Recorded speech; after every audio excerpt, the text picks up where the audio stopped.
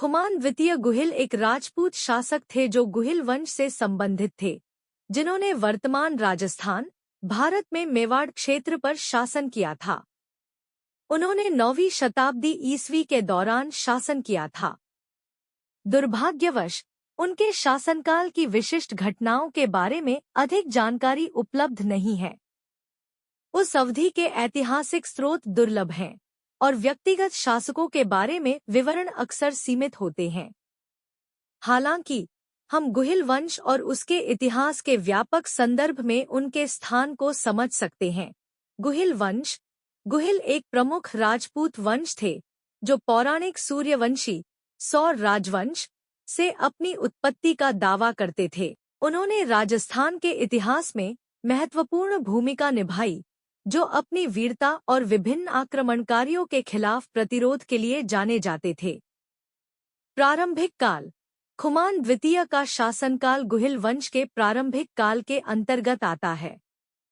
गुहिलों ने शुरू में गुर्जर प्रतिहारों के सामंतों के रूप में शासन किया, जो एक शक्तिशाली राज्य था जिसने उत्तर भारत के अधिकांश भाग पर अपना वर्चस्व स्थापित किया था।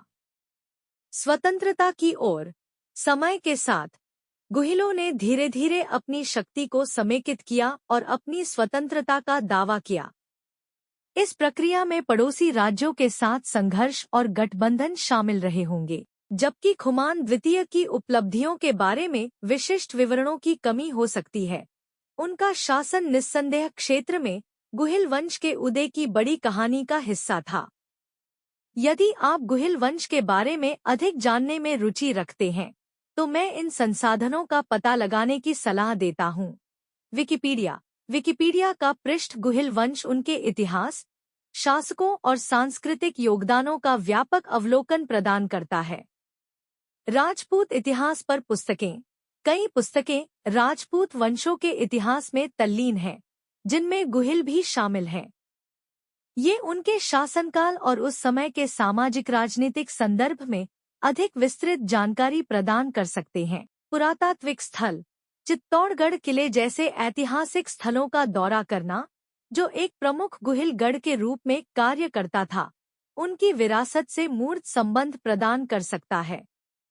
याद रखें कि ऐतिहासिक अनुसंधान एक सतत प्रक्रिया है और नई खोजें खुमान द्वितीय गुहिल जैसे शासकों के जीवन और समय पर अधिक प्रकाश डाल सकती हैं।